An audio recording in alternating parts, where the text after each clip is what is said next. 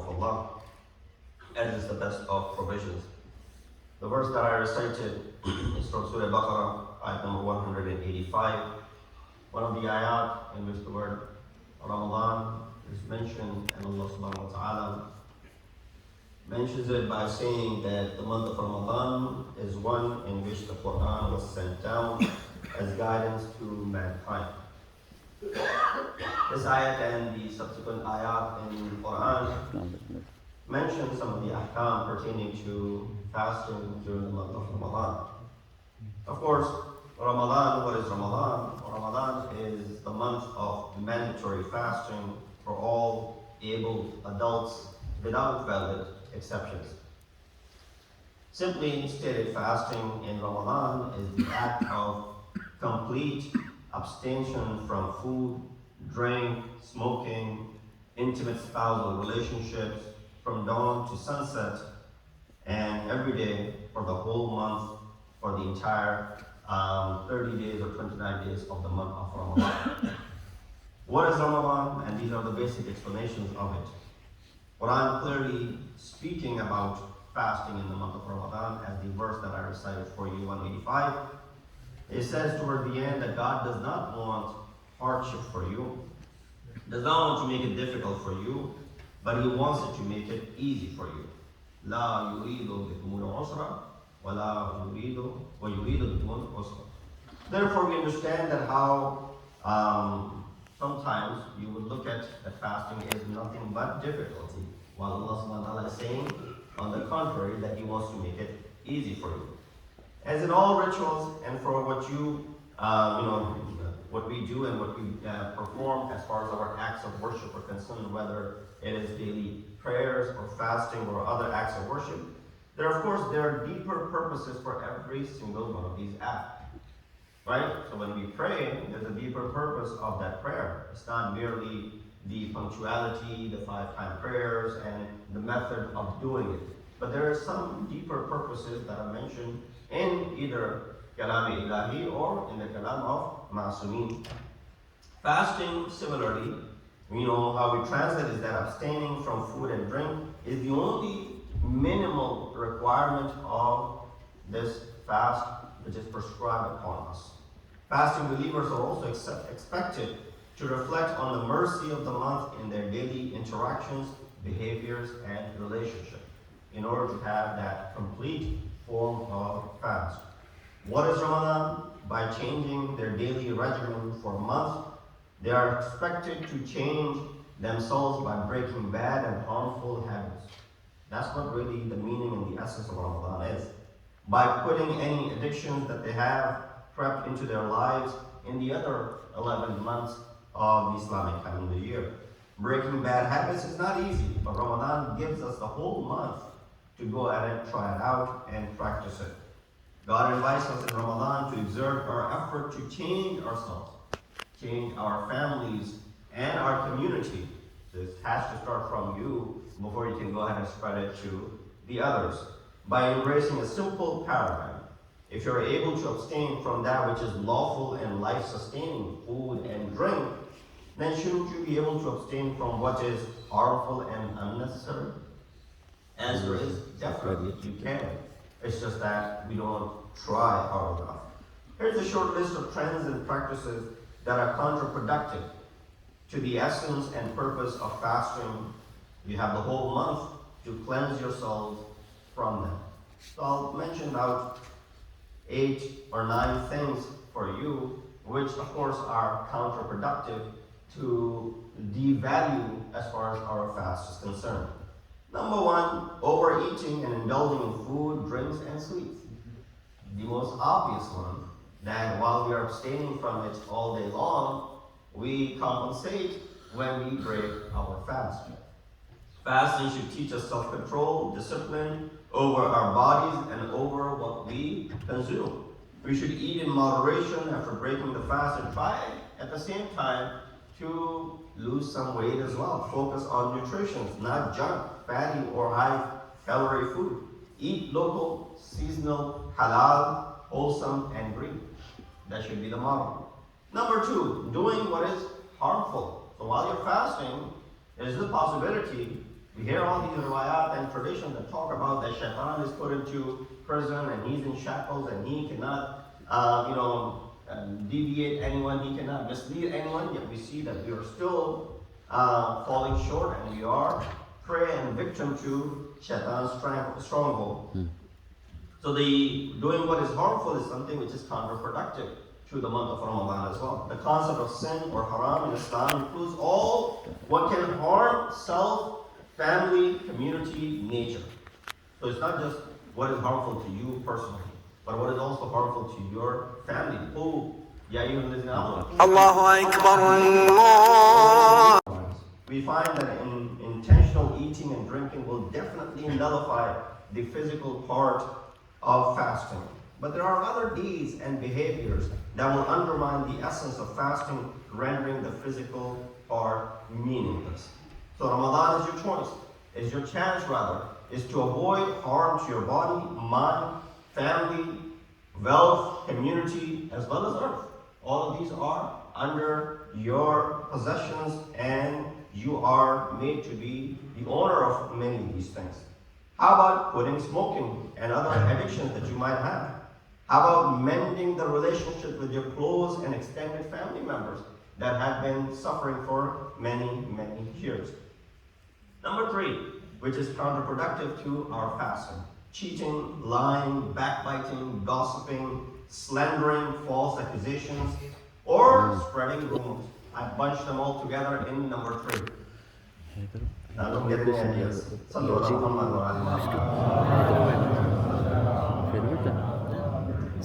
Social media has made it easy to spread all kinds of rumors and falsehoods.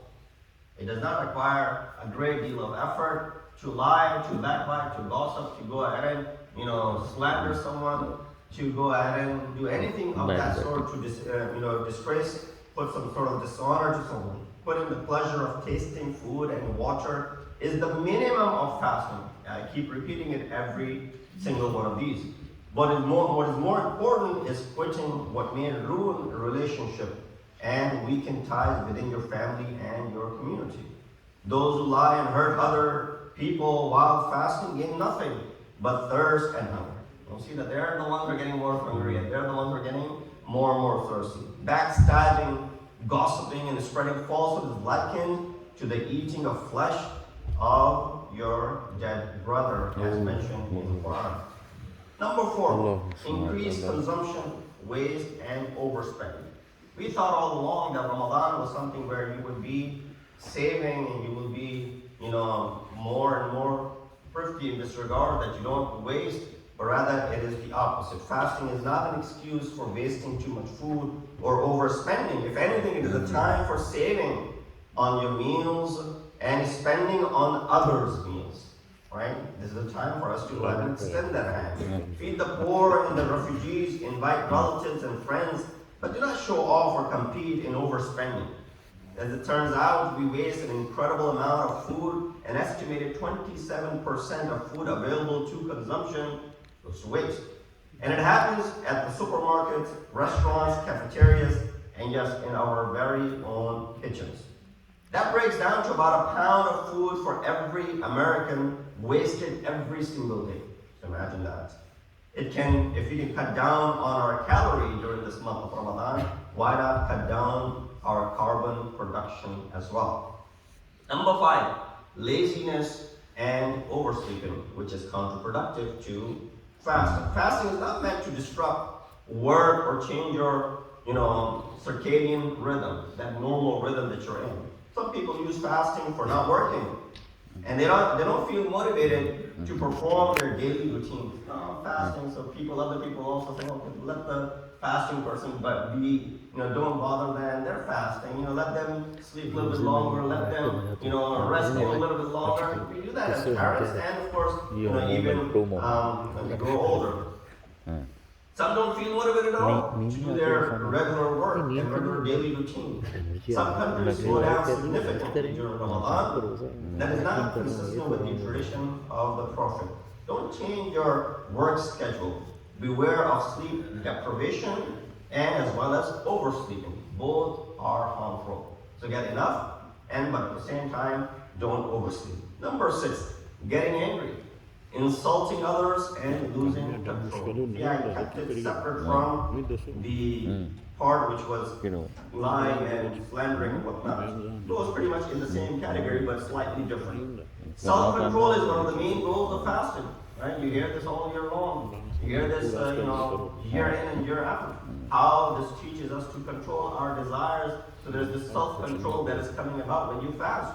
So therefore, when there's self-control is one of the main goals of fasting, it is probably a very effective method to sharpen our tools and increase our resilience. By improving our resilience, we are better equipped to deal with the stress.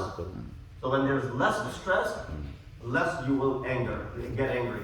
Less you will shout at someone, more you'll be able to control your emotions. That is why fasting is prescribed and practiced in many faith traditions. Fasting should make us humble, down to earth, kind, and compassionate. Ramadan should teach us patience and tolerance when we are insulted or provoked. Outside, when someone says something to you, maybe outside of Ramadan, it'll provoke you. You'll get under your skin. But grow a thicker skin during the month of Ramadan. That is one of the objectives of it. It is not an excuse for venting or violence. If you have a problem with anger, fasting might be one of the tools to manage and control that anger. Number 7, forgetting the poor is again counterproductive to fasting. Ramadan is not an excuse for inviting the wealthy while ignoring the poor. One of the main purposes of fasting is to identify with those who don't have means to have 3 meals or even 1 meal daily. 1 billion people on earth suffer from hunger, and about 50 million in the US suffer from food insecurity. A 5-fold jump since the late 1960s. So you just imagine how much far along we've come. When you plan iftars, remember to invite those who are usually forgotten. Invite the less privileged among your family members, neighbors, and the refugees. Number 8, reading the Quran without understanding. I kept it to last, that something which is counterproductive to our fasting. Well, we all get in the, I don't want to use the word ritual, but it is more so ritualistic in many cultures than others. That to be able to, you should be reciting Quran throughout the year. But you find there's an emphasis, especially during the month of Ramadan. And some might even have this belief that when you start the Quran in the month of Ramadan, you must finish it in the month of Ramadan. There's no such rule or law prescribed by Muslimin that if you start the Quran in the month of Ramadan, you have to finish it in the month of Ramadan. If you can, that's good. But if you couldn't, that's okay as well. There's no penalty, there's no kafara for not being able to do so. Some people make an effort to read multiple times Quran, which is again very good. Because and this is a Rabiul Qulub, right? It is the spring of your hearts. The more you recite, the more cleansing it does to you without you even realizing it. That's the beauty of Quran. But nonetheless, wouldn't it be more beneficial had you recited this Quran with understanding? So one of the counterproductives is that when we recite Quran excessively in the month of Ramadan, we overlook sometimes that which is more important, the meaning behind it. So Ramadan is called the month of Quran, the divine book that was revealed to the Prophet of Islam, Muhammad Mustafa.